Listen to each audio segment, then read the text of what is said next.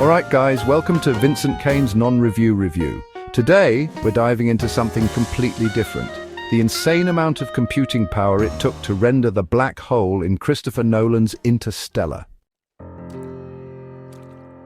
We all remember that mind-bending scene, right? The swirling accretion disk, the gravitational lensing, it looked absolutely incredible. But what you might not know is that creating that visual masterpiece required a Herculean effort from a team of scientists and visual effects artists, and an absolutely staggering amount of computing power. So let's break it down.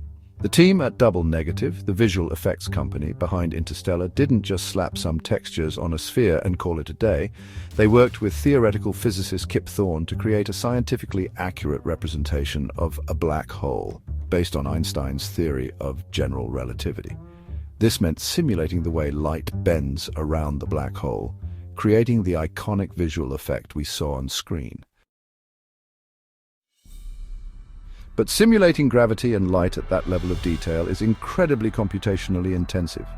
To do it, they used a render farm consisting of 8,000 CPUs, which translates to a whopping 32,000 cores in total. That's more processing power than most small countries have. Now here's where things get really crazy. On average, each frame of the black hole sequence took about 50 hours to render, and with about 30 minutes of total screen time featuring the black hole, that means they had to render roughly 43,000 frames. Do the math, and you're looking at a total of 2.1 million hours of compute time.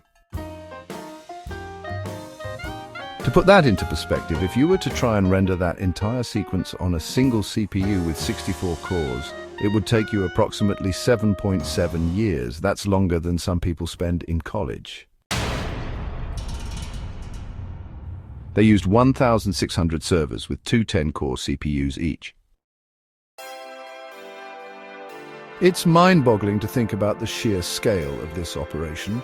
We're talking about a team of people dedicating weeks of their lives to running simulations on a massive computer cluster, all to create just a few minutes of screen time. But the result was something truly special, a visual representation of a black hole that was both scientifically accurate and visually stunning. And this brings me to my next point.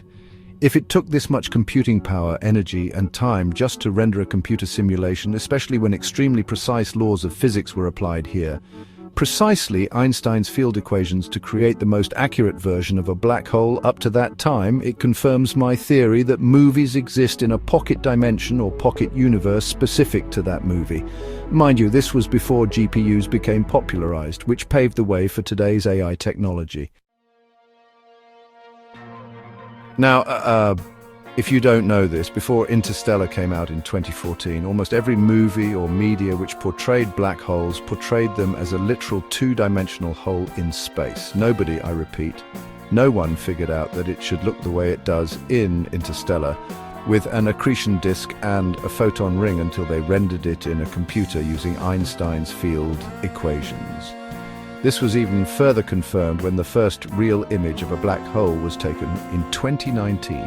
Even the wormhole in the movie surprised both the audience and the characters, when we were all expecting a literal two-dimensional hole in space, instead of the more accurate three-dimensional wormhole portrayed in the movie.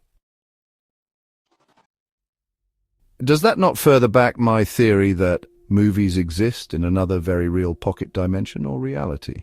This theory was even explored in a 90s movie with Arnold Schwarzenegger called.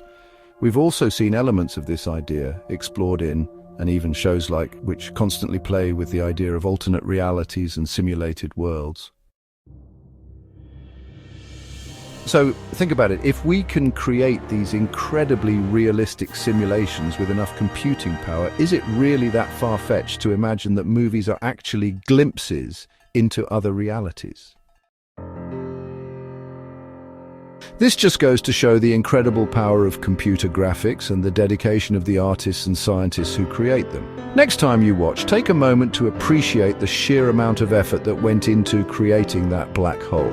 It's a testament to human ingenuity and our ability to push the boundaries of what's possible with technology. And if you're looking for a story that explores the boundaries of reality and pushes the limits of imagination, then check out my Star Wars novel, Star Wars Nullspawn Rising by Vincent Cain, available on Amazon.co.uk. From the deepest uncharted corners of the galaxy emerges an ancient, terrifying darkness unlike any the universe has ever known. This isn't just a threat, it's an existential anomaly that defies the very fabric of reality and consumes life itself, leaving behind a wake of unimaginable pain and despair.